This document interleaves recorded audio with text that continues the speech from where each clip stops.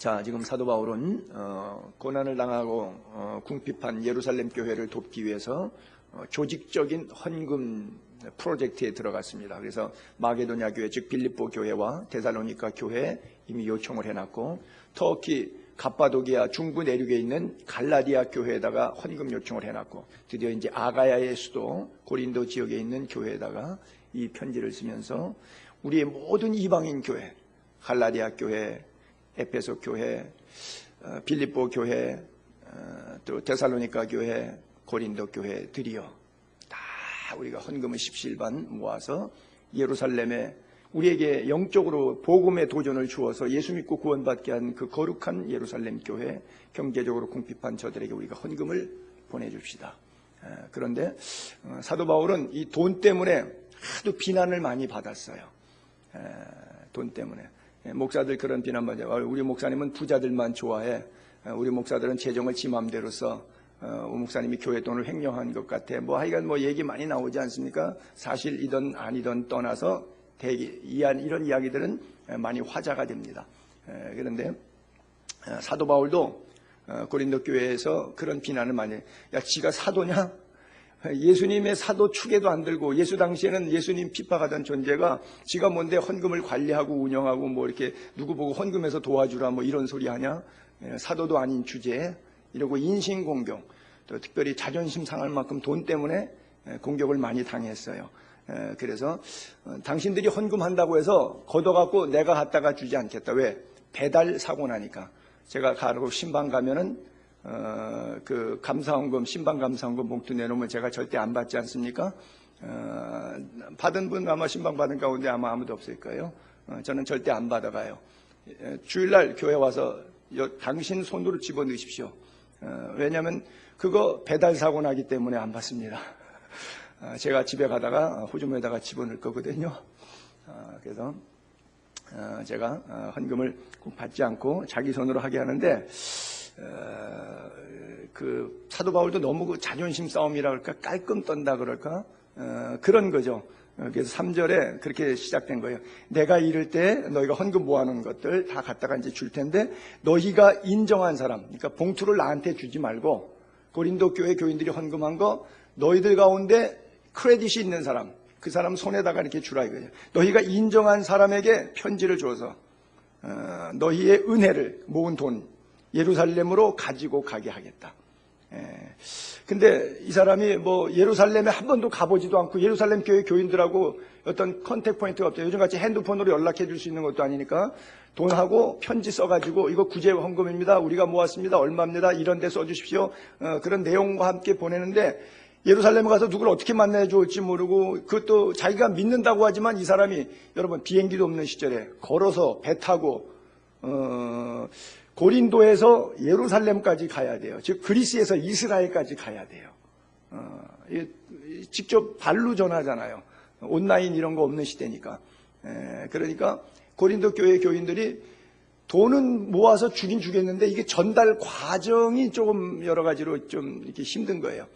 그러니까 그 사람들 편에 보내고, 내가 직접 안 하고 그 사람들 편에 하겠는데, 그 사람들이 어떻게 해야 될지 잘 모르는지 모른다 그러면 혹시 요청하면 나도 가겠다, 따라하면 가겠다. 돈은 그 사람이 들고 내가 동행은 해서 과정의 소개는 하게 하겠다. 그게 4절이에요. 만일 나도 가는 것이 합당하면 그들이 나와 함께 가리라. 그들은 돈을 맡았던 고린도 교회에서 돈을 전달해준 믿을 만한 인정한 사람 데리고 가겠다, 이렇게 하는 거죠. 사실 교회에서 교회 재정 때문에 모아둔 헌금 구제 목적으로 사용하는 것 때문에 시험 들어서 깨지는 교회들도 많고, 교인들이 대다수 튀어나가기도 하고, 이런 일들이 다 어디서 오느냐, 결국 교회의 싸움은 딱 두 가지예요. 재정하고 인사권. 자기가 장로 될 줄 아는데 장로가 안 되는 거예요. 나는 안수 집사인데도 장로가 안 돼. 저 사람은 서리 집사인데 안수 집사도 아닌데 장로가 되네. 이거 순서가 뒤바뀌었네. 이런 교회는 이건 되먹지 못한 교회. 이거 교회 전통도 무시하는 교회. 이건 사쿠라 같은 교회. 나는 이 교회 도저히 다닐 수 없어. 그리고 나가신 분 계세요. 그러니까 교회가 갖고 있는 질서권에 있어서 목사가 갖고 있는 그 강단권에서 운영할 수 있는 재정을 이렇게 합시다. 그 다음에 하나님께서 기도하는 가운데 이런 분들을 세워서 주일에 앞장서게 하겠습니다라고 하는 것에 대해서 수긍하면 그냥 앉아 있을 수 있는 거고, 그거 수긍이 안 되면 그냥 튀어나갈 수밖에 없는 이런 구조가 바로 현대 교회뿐만이 아니라 고린도 교회에서도 있었던 그런 구조인 것이죠. 그래서 돈 때문에 시험 들어서 고린도후서 8장 20절 21절을 띄워보세요. 자, 고린도 교회에다가 이제 전달한 이후의 사건에 대한 이야기죠. 이것을 조심함은, 이 돈 문제, 교회 재정 문제 조심함은 우리가 맡은 이 거액의 연보에 대하여 상당히 액수가 작지 않았던 것 같아요. 그렇죠? 거액이라고 썼으니까 얼마인지 액면가는 쓰지 않고 거액의 연보에 대해서 아무도 우리를 비방하지 못하게 하려 함이니, 이는 우리가 주 앞에서뿐 아니라 주님 앞에서도 정직하고 또 사람 앞에서도 이게 실수가 되지 않고 시험이 되지 않게 선한 일에 조심하려 합니다. 좋은 일이잖아요. 굳이 하고 선한 일이잖아요. 근데 좋은 일, 선한 일 하는데도 꼭 마귀가 중간에서 뒷담화를 한다 그러죠. 이게 장난한단 말이죠. 그러니까 교회 재정에서도 꼭 두 분 개수하게 하고, 재정 뭐 큰 교회들은 뭐 한 10명씩 개수위원들이 있잖아요. 그러니까 한 사람 재정부장 혼자 하지 않고 자꾸 두세 사람 붙이는 이유는 그 사람을 못 믿어서가 아니라 혼자 했기 때문에 거기다가 유언비어를 넣어갖고 그 사람이 썼어, 그 사람이 가져갔어, 훔쳤어 말하면 변명할 길이 없어져요. 그래서 할 수 없이 그 사람을 못 믿어서가 아니라 가십거리를 사전 원천 봉쇄하기 위해서 두 사람 세 사람이 같이 하는 거예요. 바로 사도 바울이 그런 거죠. 재정은 봉투는 내가 안 만지고 당신이 만지고, 거기에 과정에 필요한 사람의 어떤 언권이 필요하다 그러면 내가 동행하겠다.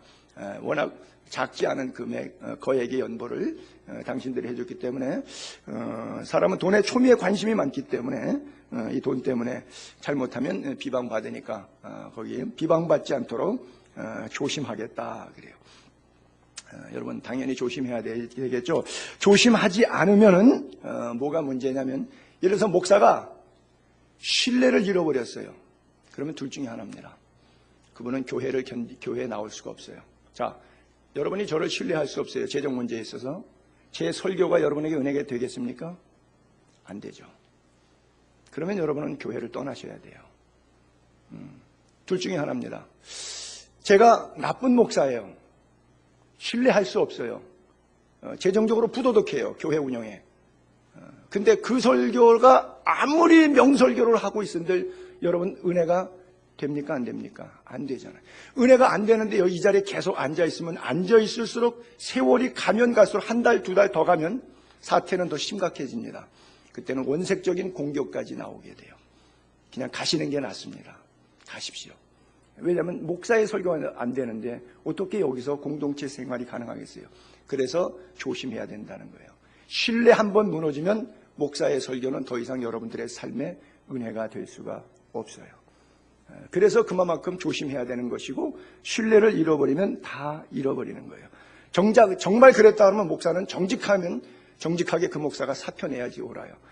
월급 때문에 사표 못 내고 계속 앉아서 질질 끌면서 설교하고 앉아있는 목사는 저를 포함해서 아주 지저분한 목사예요.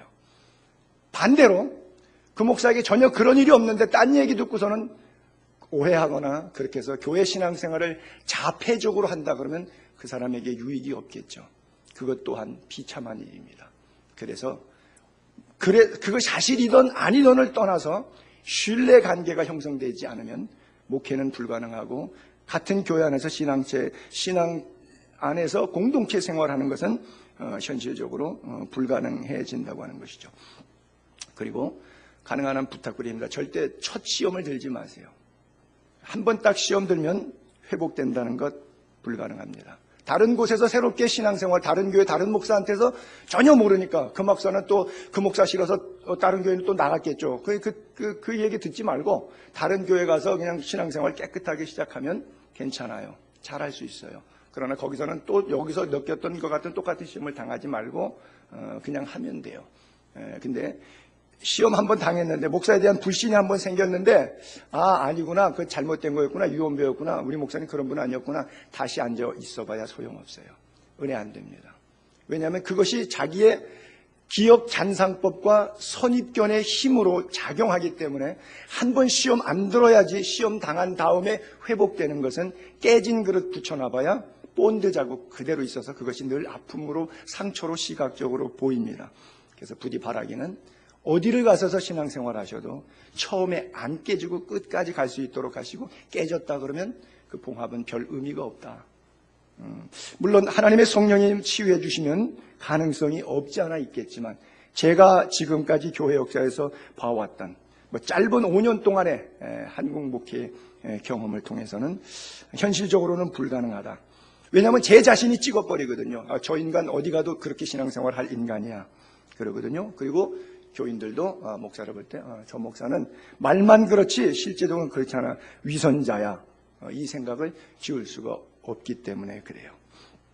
그래서 처음에 정확하게 판단하고 시험 들지 않는 게 굉장히 중요하죠. 그리고 목회자가 재정 문제에 있어서 정직할 뿐만이 아니라 성도들끼리도 교회 내에 있어서는 금전거래 사실 안 하는 것이 좋습니다. 물론 교회 안에서 남하고 불신자하고 사업하는 것보다 같은 신앙 안에서 믿음을 공유하는 사람들께 사업해서 그것을 더 증대화해가지고 좋은 수익을 선한 일을 위해서 쓸 수 있다 그러면 그것만큼 좋은 것이 없겠죠. 금상첨화겠죠. 근데 돈이 끼면 꼭 사탄이 그것 갖고 두 사람 사이에 장난을 놀기 때문에 현실적으로는 플러스보다는 마이너스가 더 많으니까 목사님들이 아예 원천 봉쇄시키는 거예요. 항상 교회 교인들에게는 재정 금전거래 하지 말아라 하는 이유가 바로 그런 얘기예요.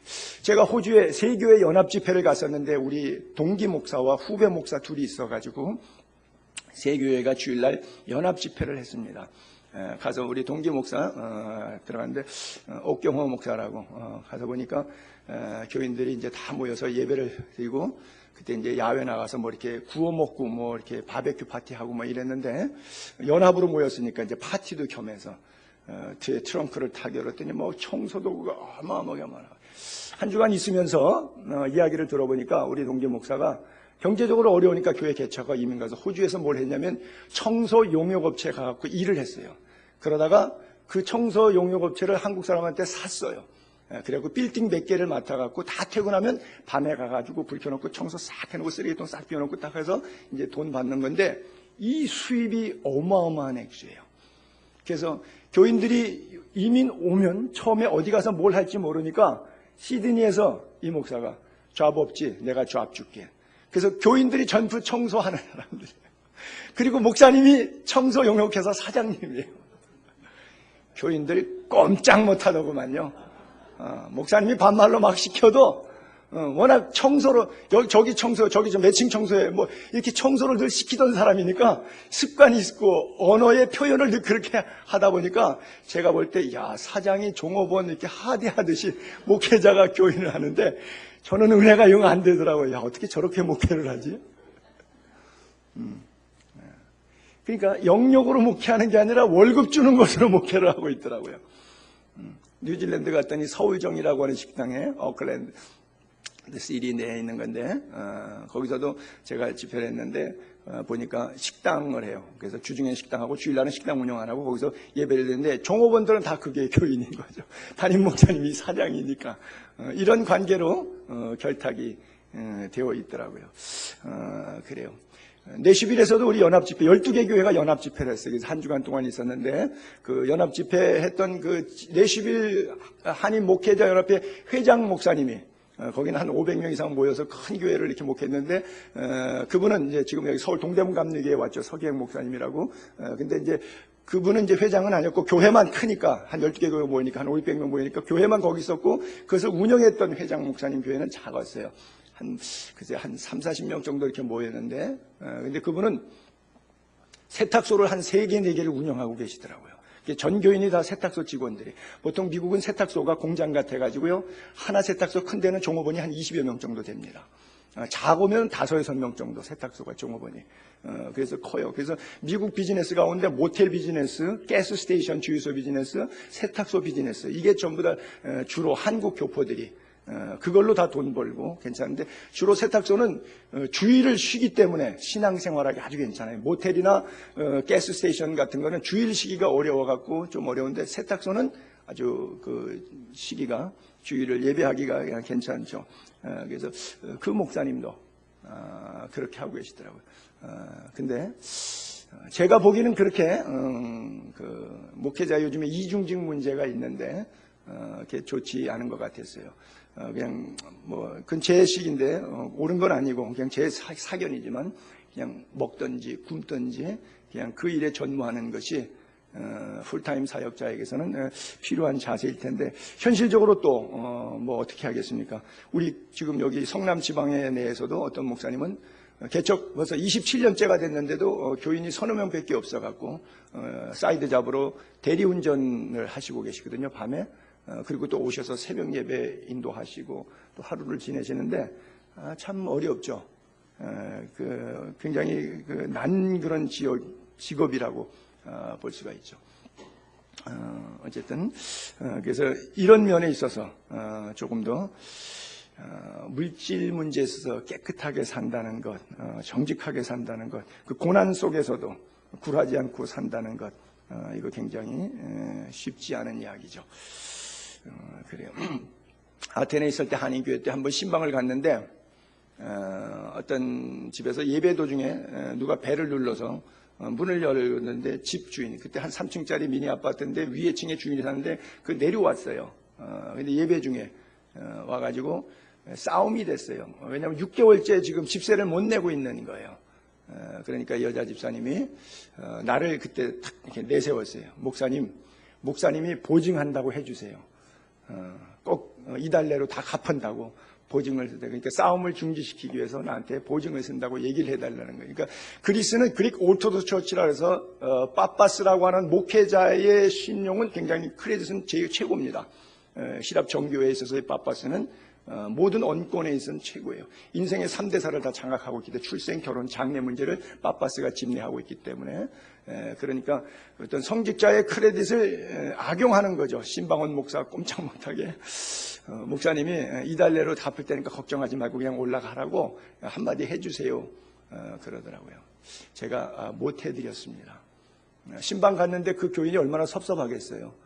지금 뭐 예배 분위기 다 깨지고 막 싸우고 있는데 목사님이 한마디만 해달라 그러는데 근데 그 양반은 6개월째 그렇게 밀려가면서 한마디 두 마디 계속 매월 거짓말로 했으니까 목사님 사실이 아니어도 괜찮아요. 거짓말이라도 그냥 이렇게 해주면 저 양반이 시끄러우니까 문제 해결돼서 올라가서 조용히 해야 될 것 아니냐는 그런 단순한 생각을 가지신 거겠죠. 그러나 제가 줄 수 있으면 줘서 그분께 돈을 갚아드릴 수 있으면 하지만 내가 못 갚는다 그러면 6개월을 밀렸는데 어떻게 또 갚겠어요. 그러니까 제가 못 해드렸어요. 결국 그분은 뭐 이래저래 교회를 또 떠나게 되었죠. 목사 너무 잔인하다고 형편과 저질 어려운 사람 형편을 살피지 못하는 그런 목회자로 낙인이 찍히고 그랬죠. 이런 면들이 재정 문제 누가 옳고 그르고를 떠나서 돈 문제를 가지고 마귀가 시험거리로 삼기 시작하면 다 넘어지지 안 넘어질 인간이 거의 없다는 것이죠. 물질 앞에는 다 약해요. 목사가 아니라 성직자 할아버지라도 물질 앞에는 중풍 현상이 오는 것이 전부 보편적인 인간들의 모습이에요. 그래서 우리가 이건 나쁜 소문이지만 정설인 것이 하나 있는데 한국교회 이거 있잖아요. 이렇게 교회 몇 번 옮긴 사람들 이제 다음에 교회 가면 절대 출석만 하지 교회 재직회도 참석하지 마라. 그렇잖아요. 이 정설이잖아요. 이건 나쁜 소문이죠. 아주 악습이죠. 왜? 재직해 가고 발언 듣고 하다 보면 자기 감정이 섞이면 그때는 싸움이 되기, 불신이 되기 때문에 교회 다닐 때 그냥 예배당만 가서 예배만 딱 드리고 축도 끝나면은 딱 집에 가고 뭐 밥도 먹지 말고 교제도 하지 말고 재직회도 참석하지 말고 뭐 임직한다 그래도 장로권사 절대 그런 거 받지 말고 그냥 다니면 평생 문제없이 시험 들지 않고 잘 다닐 수 있어요. 그러나 그것은 성경적인 건 하도 문제가 많으니까 이것이 나쁜 소문인데 우리 가운데 지금 정설로 돼서 들어와 있는 것이거든요. 이 서로 이게 충돌이 생길 때 그것을 해소하는 방법을 모르기 때문에 사실은 원리적으로 상당히 쉽습니다. 성경 외에는 다 양보하면 돼요. 제가 여러분하고 마찰이 있으면 직분 다른 목사님 모시잖아요. 모시면 돼요. 나가라, 얘 나가면 돼요. 사례비 깎거라, 깎으면 돼요. 못 주겠다, 그럼 안 받으면 돼요. 그러니까 성경에 위배되는 것은 목숨 걸고 지키고, 직분이나 재정이나 경제나 모든 것들은 그냥 다 내려놓으면 돼요. 목사이든 성도이든 서로 인간관계 교회 안에서 부딪히면 그러면 싸울 일이 없어요. 돈 몇 푼 때문에 1, 20만 원 때문에 목숨 걸고 목청 낮추다가 왜 이렇게 하느냐, 그렇게 하자 말자 하다가 마음 상하는 거예요. 다쳐요. 마음이 다쳐요.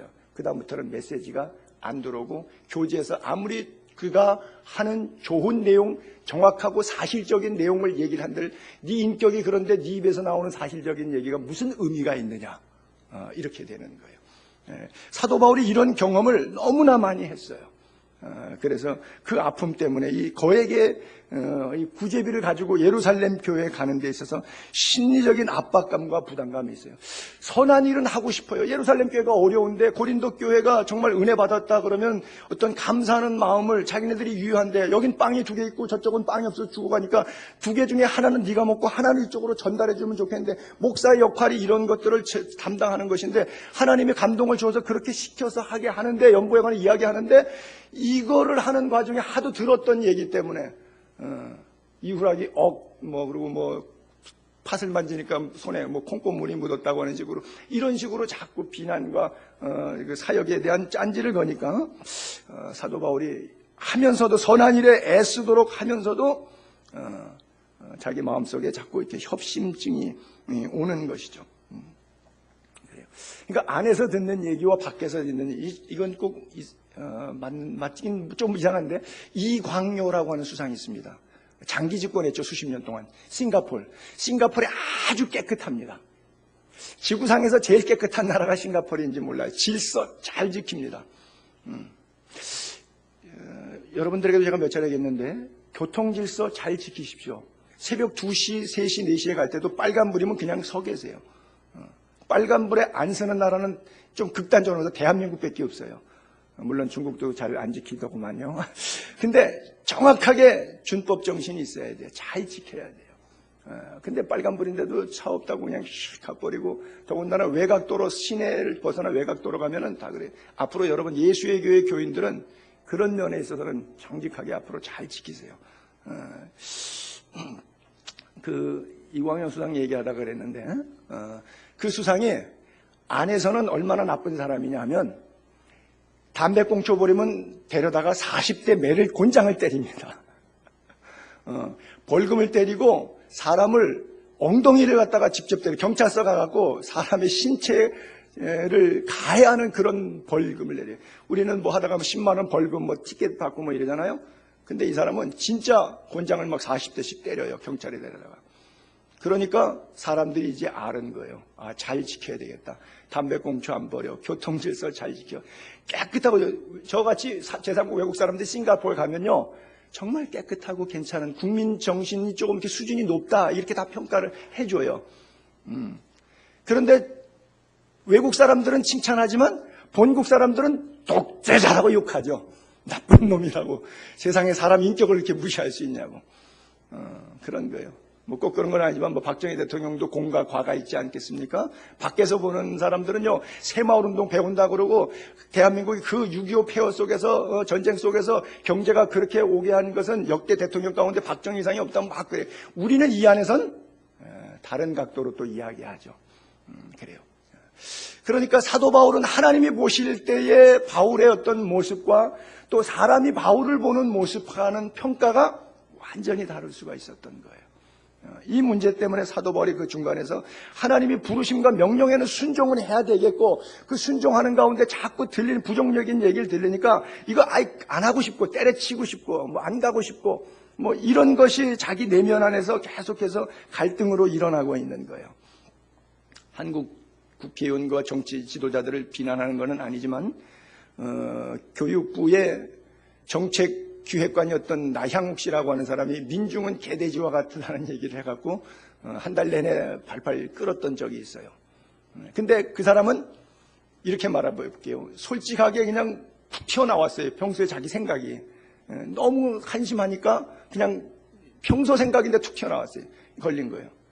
제가 생각에 오해인지 몰라도 대한민국 국회의원 정치가 가운데 그렇게 생각 안 하는, 민중을 바보로 안 보고 있는 대통령 장관 국회의원이 있을까?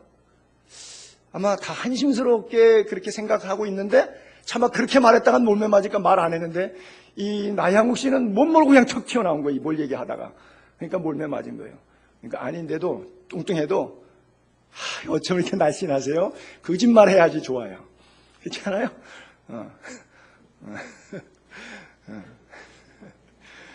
자기가 갖고 있는 생각하고 반대로 얘기해야 좋아요. 뭔 얘기를 하다가 옆으로 샜어요. 자, 고린도서 9장 11절에 한번 볼게요. 고린도 교인들의 연보 상황. 그들이 연보를 했는데 거액을 모았다 그러잖아요. 근데 그 거액에 대한 상황을 이렇게 고린도후서에 써 있네요. 너희가 모든 일에 넉넉하여 너그럽게 연보를 하면, 헌금이 상당히 너그럽게 했다. 글쎄 사람 마음이 너그럽다는 것은 내가 들어봤어도 액면가 가지고 너그럽다는 얘기는 제가 여기 성경에서 처음 들어보는 것 같아요. 어쨌든 사도 바울이 그렇게 썼어요. 표현이 조금 굉장히 그 문학적이라 그럴까, 익살스럽다 그럴까. 헌금의 액수를 얘기하면서 넉넉해서 너그럽게 헌금했다. 그 이유가 뭐냐? 그들이 우리로 말미암아 하나님께 감사하게 하려는 것이다. 하나님 감동 먹는 이런 넉넉한 헌금이었다는 것이죠. 그리고 이 봉사의 직무가, 그러니까 구제비 모았던 그 헌금 액수를 얘기하는 거죠. 이 봉사의 직무가 성도들의 부족한 것을 보충할 뿐만 아니라 사람들이 하나님께 드리는 많은 감사로 말미암아 넘쳤느니라. 그냥 딱 그렇게 채운 것이 아니라 넘치게 아주 너그럽게 했다는 것이고요. 13절에 이 직무로, 이 헌금을 얘기하는 것이죠. 증거를 삼아 너희가 그리스도의 복음을 진실히 믿고 복종하는 것, 그리고 그들과 모든 사람을 섬기는 자세, 이것이 바로 너희의 후한 연보에 나오게 된 이유다는 것이죠. 그로 말미암아 또 그들이 너희를 위하여 간구하며 하나님이 너희에게 주신 지극한 은혜로 말미암아 너희를 사모하느니라. 말할 수 없는 그의 은사라고 하는 단어를 썼어요. 말할 수 없는 그의 은사, 하나님이 우리에게 주신 은사, 여기는 뭐냐면 돈이에요. 물질이에요. 그 물질로 말미암아 하나님께 감사한다. 지금 그들이 거액의 연보했잖아요. 넉넉한 연보했잖아요. 풍성한 연보했잖아요. 그게 뭐예요? 하나님이 너희에게 주신 은사라고 하는 거예요. 즉 은사를 다른 표현이 저기서 섬기는 은사라고 하는 것인데, 그 섬김을 하나님이 대한 감사로 아름답게 넉넉하게 섬겼는데 하나님을 감동하게 할 뿐 아니라 모든 사람들에게 은혜의 덕과 유익이 되게 헌금을 했다라고 하는 것이죠. 헌금을 하고도 찝찝한 거 있죠. 아나니아와 삽비라 헌금이 대표적인 그런 케이스고요. 근데 그 헌금 때문에 상당히 공동체의 유익과 기쁨을 주고 하나님께 사람들이 정말 하나님 감사하다. 어떻게 하나님의 은혜가 이러냐? 너무너무 감사하다. 이런 감동을 자아내는 것이 있을 수가 있겠죠. 어떤 경우는 참 더럽고 치사하다. 이런 경우도 있겠고, 하여간 뭐 아나니아와 삽비라의 예라든지 바나바의 예라든지 그런 대조적인 헌금의 가치에 대해서 얘기하는데, 고린도 교회 교인들의 예물에 대해서 이렇게 축복하면서 그 끝단어를 여러분 꼭 평생 기억하시고 잊지 마시는데, 그의 은사라고 하는 거예요. 그래서 제가 누누이 강조합니다만은 물질은 축복의 개념으로 이해하기 이전에, 축복이 아니라는 것 아닙니다. 축복의 개념으로 이해하기 전에 그건 1%, 99% 물질은 은사라고 하는 개념. 하나님이 나에게 일 시키려고 능력을 줘야 일을 할 거 아니에요. 그렇잖아요. 뭐 기계를 안에다가 전기를 충격을 주든지 배터리를 집어넣든지 파워를 넣어야 기계가 작동될 거 아니에요. 하나님의 선한 일에 작동시키려고 나에게 은사를 주셨는데, 그 은사는 내 안에서 끝나는 목적이 아니라 활용케 하시려고 하는 것이라고 하는 것이죠. 그것이 바로 은사가 물질의 단순한 축복이 아니라 하나님의 사명의 개념으로 받아들이는 것이 기독교인의 바른 물질관, 청지기적 사관으로 신앙생활하는 사람들이죠. 5절과 6절의 본문에 내려가서 내가 마케도냐를 지나갈 거다. 마케도냐를 지나서, 즉 데살로니가 빌립보를 지나서 고린도까지 가겠다. 그리고 6절에 너희와 함께 머물면서 겨울을 지내, 최소한도 서너 달 지내겠다는 거죠. 겨울 동안 거기에 잠깐 이렇게 지나가면서 보는 것이 아니라 한 서너 달 너희들랑 함께 같이 있겠다. 그 얘기는 부흥회를 한 번 해주는 게 아니라 석 달, 넉 달 동안 말씀을 같이 나누면서 하나님이 부으신 은혜들에 대해서 서로 듣고 간증하고 상담하고 부흥회하고 세미나하고 수련회하고 그러면서 서너 달 동안 요즘엔 안 하지만은 예전에는요 부흥회하면 저희 성결교단에 이성봉 목사님 천막 치고 북 치고 장구 치면서 부흥회했는데 부흥회 얼마나 했냐? 부흥회 초창기 때 열흘 했습니다. 어떤 부흥회는요 3주간 부흥회했어요. 3일 한 게 아니라. 요즘은 3일 이상 하는 부흥회 없고요. 3일도 한 강사가 하지 않고 3명의 강사 세우고요. 그것도 뭐 낮 집회 이런 거 없습니다. 새벽에는 그냥 강사님 멀리서 오시니까 그냥 안 시키고 담임 목사가 적당히 때우고 그냥 저녁 집회 3번 3명의 강사가 그냥 부흥회하는.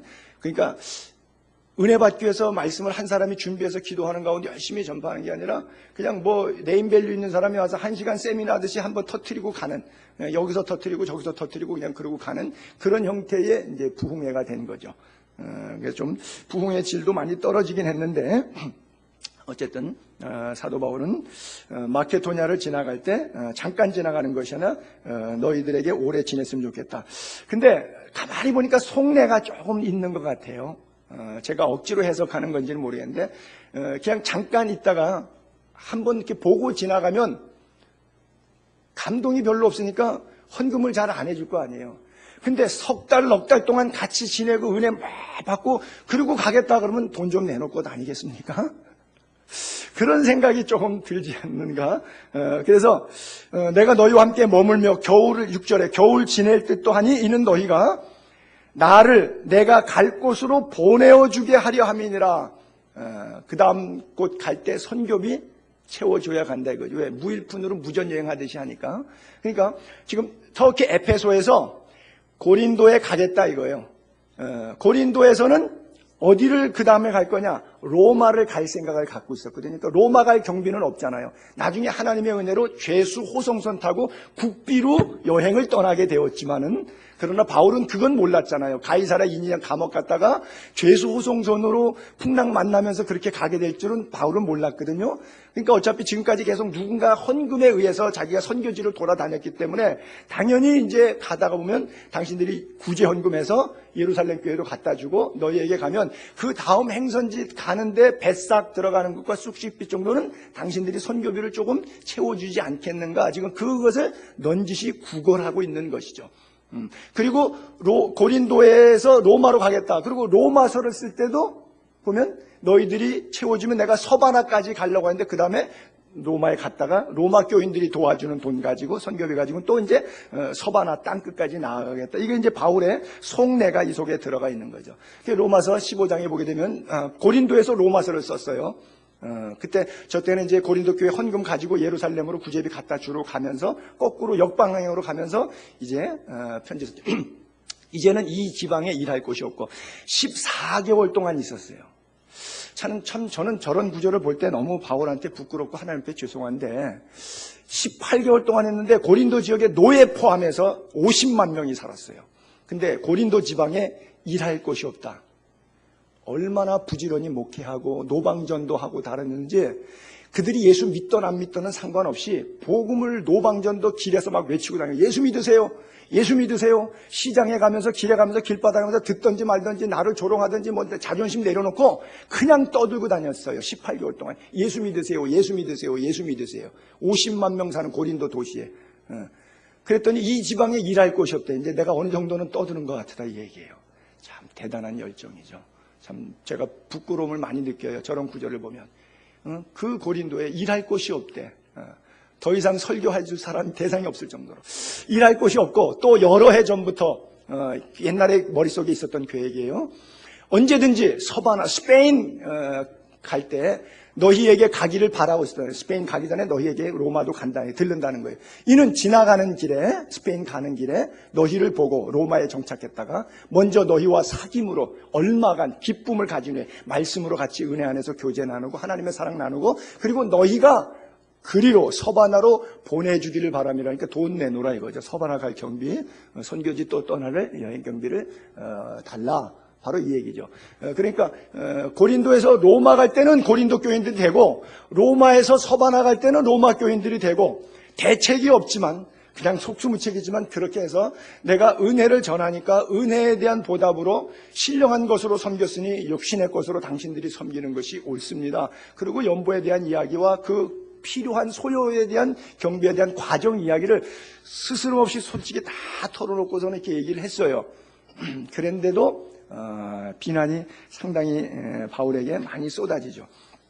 자, 그래서 경제적 문제로 인해서 오해, 비난받았던 바울의 속마음, 그런 순수한 열정 가지고 해도 비난은 있는 거예요. 그 비난에 받았을 때 바울이 자기가 변명하는 내용 이야기가 있어요. 돈 때문에 아주 더럽고 치사하다 이러면서 막 변명했던 내용. 고린도전서 자 이제 9장부터 보세요. 자, 나를 비판하는 이 거액의 헌보라든지 뭐 구제비 전달 과정 이런 것 때문에 하여간 교회 재정 운영 때문에 나를 비난하는 사람들이 있어요. 나를 비판하는 자들에게 변명을 합니다. 우리가 먹고 마실 권한이 없겠느냐? 누가 자기 비용으로 군 복무하겠냐? 군대 가면 밥 먹을 거 안 주냐? 군복 안 주냐? 내 돈 내고 밥 사 먹고 내 돈 내고 군복 사 입냐? 누가 포도를 심고 열심히 농장에서 일했는데 그 열매를 안 따먹냐? 누가 양떼를 기르는데 그 양떼 젖을 먹지 않겠느냐? 이건 뭐 당연한 것 아니냐? 내가 사람의 예대로 이것을 말하느냐? 사람의 예대로 말해도 맞지만 성경에도 이렇게 써 있다. 율법도 이것을 말하지 아니하느냐? 뭐라고 써 있어요? 성경에 모세가 율법. 모세 율법에 곡식을 밟아 떠는 소의 입에가 제가 봐서 소에게 망을 씌우지 말라. 이렇게 말했는데 율법에 이렇게 써 있는데 기록하였으되 하나님께서 소들을 위해서 염려함이냐? 소 때문에 그러는 거냐네. 오로지 우리를 위하여 말씀하신 것이 아니야. 결국 농부에게 소득이 되는 거지 소에게 소가 잘 먹고 힘쓰면 소에게 좋은 거냐? 농부에게 좋은 거지. 그 말이죠. 그래서 11절 우리가 너희에게 신령한 것을 뿌렸은즉 너희가 육신의 것을 거두기로 과하다. 야 욕심도 쎄 많다. 과하다. 이렇게 하겠느냐? 그 다음에 쭉 볼게요. 성전의 일을 하는 이들은 성전에서 나는 것을 먹으며 제단을 섬기는 이들은 제단과 함께 나누는 것을 너희가 알지 못하느냐? 그와 같이 주께서도 복음 전하는 자들이 복음으로 말미암아 살리라 명하셨느니라. 그러나 내가 이것을 하나도 쓰지 아니하였고 자비량 사역을 했잖아요. 또 이 말을 쓰는 것은 이 변명을 굳이 내가 하는 이유는 자존심 상해서 그런데 얼마나 상했냐. 내가 이같이 하여 달라는 것이 아니라 그러니까 돈 내놔 이것이 아니라 내가 차라리 죽을지언정 누구든지 그리스도 안에서 내가 자랑하는 프라우드 이것을 헛된 대로 돌리지 못하게 함이니라 그랬어요. 여러분 저기 제가 빨간 줄을 긋는 게 내가 차라리 죽을지언정 이래서 죽은 사람이 이인원이라는 사람이에요. 뭔 소리인지 아시겠어요? 금요일 날 9시까지 소환하라고 롯데그룹의 부회장에게 소환장을 냈더니 그 전날 양평에 가갖고 목 매달아서 자살했어요. 끌려가서 이런저런 소리 듣느니 돈 비자금 어떻게 관리했고 얼마 했고 어떻게 빙장 쳤냐고 물을 텐데 이 돈 때문에 더럽고 치사하게 내가 나이 새파란 젊은 이분이 69세니까 70이잖아요. 뭐 판검사들 뭐 30대 40대 50대 자기보다 아들뻘 같은 애들한테 책상머리에서 말 똑바로 하라고 뭐 이런 수모를 겪느니 돈 몇 푼 때문에 이 돈 없고 무식한 것들 앞에서 내가 당하느니 차라리 깨끗이 차라리 죽는 게 낫겠다. 대우건설의 그 남누구 사장도 그랬고 현대정몽원도 그렇고 뭐 과천시장 뭐 이렇게 고천시장 뭐 부산시장 뭐 얼마 전에 경남기업의 성환종신가 뭐 하여간 그 돈 많은 사람들이 돈 때문에 죽어요. 사도 바울 교인들이 내놓은 돈 때문에 죽고 싶은 거예요. 그런 얘기 들으니까. 희한한 적은 뭐예요? 내가 차라리 죽을지언정. 그렇게 죽은 사람이 바로 이인원이라고요. 그 사람이 이인원의 이름이에요.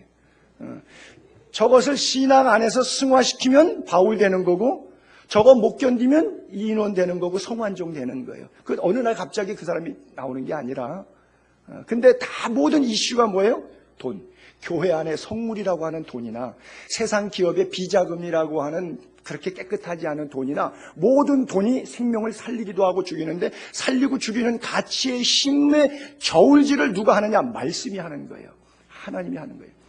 여러분들 돈 몇 푼의 문제가 아니라 여러분들의 삶의 생명의 주인이 돈에 있습니까? 하나님께 있습니까? 하는 성서적 삶이 중요한 거예요. 어디에 여러분들의 삶의 가치를 놓고 삽니까? 저는 저 구절을 읽으면서 바로 이 인원이 생각났던 거예요. 차라리 죽을지언정. 그게 무슨 얘기냐? 바울이 너무 그 괴로운 심정이 적나라하게 드는 거예요. 저 뭐예요? 자살하고 싶을 정도. 내가 차라리 죽으면 죽었지. 내가 이런 소리 듣고는 진짜 살고 싶지가 않다. 그 위대한 사역자 사도 바울이 하나님의 선한 용도를 위해서 그렇게 애쓰는데도 하도 비난하고 하도 뒷담화 치니까 그만두고 싶고 자기 생명까지 내려놓고 싶고 사역을 내려놓는 것이 아니라 그냥 생명까지 내려놓고 싶다고 하는 것이죠. 이게 이만큼 마귀가 역사하는데, 자 이제 마지막 결론에 있어서 이 역사 속에서 그 7절, 8절, 9절까지 이렇게 쭉 오늘 본문에 이렇게 보면 이제는 지나가는 길에 너희 보지 않고 주께서 허락하시면 장기적으로 머물겠다. 근데 지금 있는 이 에페소에는 2달 더 오순절까지 지금 6월절에 왔기 때문에 6월절은 부활절입니다. 오순절은 77절 맥주감사절 절기예요. 그러니까 부활절이 한 4월달쯤 되고 뭐 6월 말이나 7월 초쯤이 맥주감사절 정도 돌아오거든요. 성령 강림절 돌아오거든요. 77이 49일이잖아요. 그러니까 요 기간 동안 내가 오순절까지는 여기에 더 있겠다 말하면서 마지막 9절에 정말 하나님께서 이 유효한 광대한 문 이게 복음의 문을 활짝 열어줬어요. 에페소에 있을 때 크다 에페소의 아데미오 하고 뭐 에페소에서 내가 맹수와 싸웠더라면 무슨 소용이 있었겠느냐 할 정도로 에페소에서 힘들었어요. 많이 힘들었는데 반대로 또 힘든 만큼 하나님께서 좋은 동역자들을 붙여주셨어요. 좋은 하나님의 사람들을 붙여주셨고 예수 믿고 그래서 그 사람들에 의해서 얼마나 도시복음화 되냐. 아데미를 섬겼던 사람들이 다 예수 믿고 오는데 그 신당에 있던 것들을 전부 다 갖다가 불사질렀어요. 그것이 얼마나 은 5만이나 되었더라 이렇게 써 있거든요. 사도행전 19장에 보기에는 은 5만 같이 요즘 말하면 현찰 5억이 넘는 액면가요. 그러니 우상 만들어 팔고 뭐 제기 뭐 추석에 그 닭이 제기라 그러죠. 뭐 그런 것들 우상과 관계된 제품들 너도 나도 집에 갖고서 이제는 우리가 이것 버리고 하나님 섬기겠다고 다 갖고 나와갖고 불태웠는데 그거 액면가가 5억이 넘는 금액을 불태웠어요. 그러니 얼마나 광요롭고 큰 복음의 문을 하나님이 열어주신 거예요. 그렇게 복음의 문은 열려서 하나님의 말씀의 확장성은 확장됐는데도 불구하고 사도 바울을 너무 힘들게 하는 일들도 동시에 있는 거예요. 이것을 한자 수고로 그렇게 말하죠. 호사다마. 유식한 우리 교인들은 그거 잘 알아. 좋은 일이 있으면 마귀도 많이 들 거라. 꼭 그렇더라고요. 하나님의 교회가 부흥하고 선한 뜻을 이루고 하려고 그러면 사면 초가의 사탄이 자꾸 장난질하고 어려움을 주고 너 이래도 주의 일 할래? 그러고서는 계속 정신적, 심리적, 물질적으로 압박을 줘요. 그러면 여기서 대부분 다 항복해버려요. 물질 앞에 손 안 드는 인간이 어디 있겠어요? 목사가 손을 안 들어요? 다 들지, 손을 들지. 사탄이 이기는 거지. 복음의 문은 갈수록 열려지고 있는데 유효한 문이 크게 열려지고 있는데 대적하는 자가 참 많아요. 마지막 결론 한 구절 다 같이 읽습니다. 시작. 우리가 선을 행하되 낙심하지 말지니 포기하지 않으면 때가 이름에 거두리라. 기도하겠습니다.